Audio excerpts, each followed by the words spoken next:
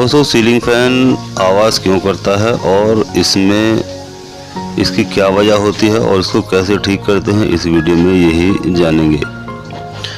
और इसकी जो आवाज़ होती है उसको बिना बेरिंग बदले ही कैसे ठीक करते हैं, ये सब इसी वीडियो में जानेंगे। तो देखिए ये बिल्कुल यहाँ जैसे ही मैं हाथ से इसको घुमाता हूँ तो बिल्कुल फ्री घूमता हुआ दिखाई दे जाता है।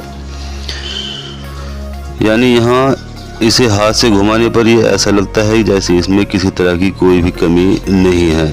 और जैसे ही इसमें सप्लाई देते हैं तो ये इसमें तरह तरह की आवाज़ें आनी शुरू हो जाती हैं। दोस्तों अक्सर इस तरह की प्रॉब्लम हमारे सामने आती रहती है और उनको सॉल्व भी किया जाता है। देखिए सबसे पहले इसको सप्लाई देकर देख लेते हैं और जान लेते हैं कि इसमें किस तरह की आवाज़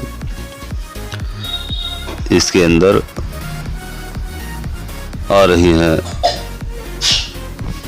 तो चलिए अब यहाँ पर सप्लाई का वायर उठा लेते हैं और उसमें सप्लाई देकर इसको चेक कर लेते हैं। तो देखिए ये सप्लाई वायर हो जाती है और ये दो वायर इसके हैं, एक इस कॉमन पर लगाएंगे और एक रेड वाले वायर पर जो कि कैपेसिटर के साथ लगा हुआ है, और इसको चलाकर देखेंगे और इसकी आवाज़ को भी सुनेंगे। चलिए यहाँ दोनों कनेक्शन इसके हो चुके हैं। अब इसको किसी भी चीज़ पर हैंग कर लेते हैं और अब इसका जो प्लग है वो बोर्ड में लगा लेते हैं और इसको चलाकर देख लेते हैं।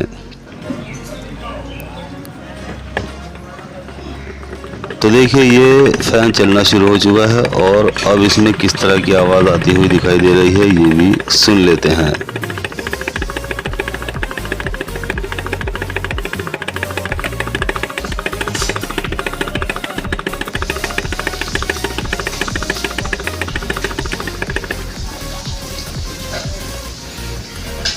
तो देखिए दोस्तों इसमें कुछ इस तरह की आवाज़ आती हुई सुनाई दे रही है। तो अब यहाँ पर हमें क्या करना है, यहाँ सबसे पहले इसको ओपन कर लेना है। तो देखिए यहाँ से इसको मैंने ओपन कर लिया है और अब यहाँ समझेंगे कि इसमें क्या क्या कारण इसके होते हैं। तो देखिए यहाँ इसकी एक शीट ये बेरिंग की ये वाली होती है। यहाँ बेरिंग इसके अंदर इस तरह से ठोका जाता है और यहाँ पर ये बेरिंग आ जाता है। यानी ये यहाँ से थोड़ी सी मोटी सीट बनी हुई होती है जिसकी वजह से इसमें बेरिंग टाइट चला जाता है। और एक सीट ये नीचे वाली होती है, यहाँ पर भी देखिए इसमें भी कितनी प्ले आ चुकी है और ये भी यहाँ से इसकी जो सीट है वो यहाँ से लूज हो चुकी है। और अब इसको कैसे ठीक करते हैं ये भी जानेंगे। तो देखिए ये स्टेटर यहाँ से रगड़ा हुआ दिखाई दे जाता है, जो कि नीचे इसमें जो ये रिंग होता है इस रिंग के साथ ये टकरा कर चला है, जिसकी वजह से क्लैश हुआ है और इसमें टकरा कर चलने की आवाज़ आ रही थी और ये बहुत ज़्यादा आवाज़ कर रहा था। जबकि इसकी बेरिंग भी बिल्कुल ठीक ठाक है और किसी तरह की बेरिंग में भी कोई प्रॉब्लम नहीं है। तो देखिए यहाँ इसकी जो नीचे वाली सीट है ये इसको चाहे तो आप प्लायर से भी और चाहे आपके पास रेती वगैरह होगी उससे भी इस तरह से इसमें यहाँ पर इस तरह से मार मार कर इसको ऊपर उठा लेते हैं, जिसकी वजह से ये थोड़ी ऊंची हो जाती है और इसके अंदर बेरिंग बिल्कुल टाइट हो जाता है। ठीक इसी तरह से यहाँ से भी आप इसको इसी तरह से मार सकते हैं। और ये जो यहाँ पर ये रगड़ लगी है यानी ये यहाँ से रब्ड हो चुकी है, इसको चाहे तो आप यहाँ से भी इसको प्लेन कर सकते हैं। अब देखिए यहाँ जो इसमें रगड़ लगने के बाद यहाँ पर खराश पैदा हो चुकी है और ये यहाँ से रफ हो चुका है, तो इसको इस तरह से रेग माल की मदद से आप थोड़ा सा घिस लेंगे, जिसकी वजह से ये यहाँ से बिल्कुल प्लेन हो जाएगी। चाहे तो आप अगर आपके पास कोई रेती वगैरह है तो उससे भी आप इसको पहले रगड़ ले सकते हैं और उसके बाद यहाँ पर रेगमाल लगाकर इसको बिल्कुल प्लेन कर सकते हैं। चलिए रेती से भी दिखा देता हूँ कि रेती से किस तरह से इसको घिसा जाता है। तो यहाँ देखिए ये रेती इस तरह से आप इसमें मार लीजिए, जिसकी वजह से इसकी जो खराश है वो ख़त्म हो जाती है। अब क्योंकि रेती थोड़ी मोटी होती है इसकी वजह से यहाँ थोड़ी लाइन आ जाती है, जिसकी वजह से आप इस रेग माल की मदद से इसको बिल्कुल प्लेन कर सकते हैं। तो देखिए जहाँ पर रिंग मार लगाया जा रहा है वहाँ पर ये साफ साफ बिल्कुल प्लेन होता हुआ दिखाई दे रहा है।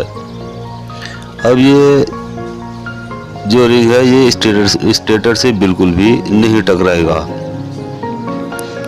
और बिल्कुल फ्री घूमेगा, क्योंकि घूमने का काम ये रिंग ही करता है। स्टेटर तो एक ही जगह लगा रहता है और ये जो फैन घूमता है इस रिंग की मदद से ही घूमता है, जो कि ये मैग्नेट के ज़रिए रिंग घूमता है। तो ये पूरी बॉडी इसकी घूमती है। स्टेटर को सिर्फ मैग्नेट देने का ही काम होता है, जबकि घूमने का काम रिंग करता है।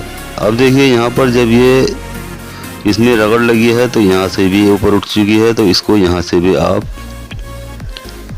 प्लायर से या किसी गोल चीज़ से आप यहाँ इसको इस तरह से अच्छी तरह से प्लेन कर सकते हैं।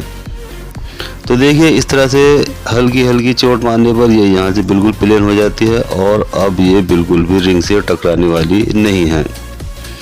देखिए ये यहाँ से प्लेन हो चुकी है। तो अब देखिए दोस्तों यहाँ सिर्फ इसमें यही प्रॉब्लम होती है कि ये आवाज़ क्यों करता है, जबकि देखिए हमें इसका बैरिंग बदलने की ज़रूरत नहीं पड़ी है और बिल्कुल बैरिंग इसके बिल्कुल ठीक ठाक हैं।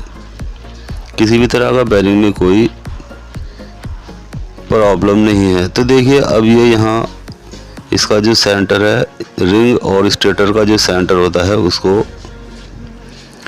बिल्कुल एक ही लाइन में करना होता है। अगर यहाँ से ऊपर नीचे रिंग नीचे होता है या स्टेटर नीचे होता है या रिंग ऊपर होता है और स्टेटर नीचे होता है तो यहाँ इसमें इसकी स्पीड कम हो जाती है। इसलिए इसका ख़ास तौर से ध्यान रखना होता है कि रिंग और स्टेटर दोनों एक ही लाइन में होने चाहिए, यानी बिल्कुल भी ऊंचे नीचे नहीं होने चाहिए। तो इससे अगर ऊपर नीचे हो जाते हैं तो फ़ैन गर्म भी चलता है और जल्दी जल्दी ख़राब होने के चांस बन जाते हैं। इस चीज़ का भी ध्यान रखना बहुत ज़रूरी होता है। तो देखिए अब यहाँ पर हम इसको फिट कर लेते हैं और इसके जो 3 बोल्ट हैं वो आमने सामने लगाकर अच्छे से टाइट कर लेते हैं।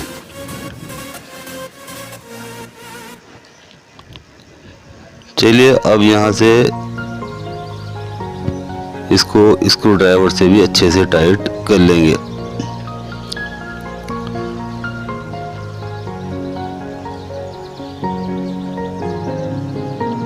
ये देखिए धीरे धीरे एक एक बोल्ट स्क्रू ड्राइवर से टाइट करते जाएंगे और ज़रूरत पड़ने पर यहाँ थोड़ा सा हैमर का भी यूज़ करना होता है। चलिए पहले इसको उठाकर देख लेते हैं। तो यहाँ देखिए इसकी सेटिंग अभी थोड़ी सी और करनी है। तो यहाँ इसको चाहे तो नीचे से भी और चाहे तो ऊपर से भी थोड़ा सा हैमर या किसी चीज़ से आप यहाँ से इस तरह से हल्की हल्की चोट मार सकते हैं, जिसकी वजह से इसकी सेटिंग सही तरीके से आ जाती है। ये देखिए अब दोस्तों यहाँ पर इसकी सेटिंग अच्छे से आ चुकी है। अब बारी आ जाती है इसको चलाने की। तो यहाँ सबसे पहले इसका जो कैपेसिटर क्लैंप है उसको यहाँ पर इस तरह से लगाया जाएगा,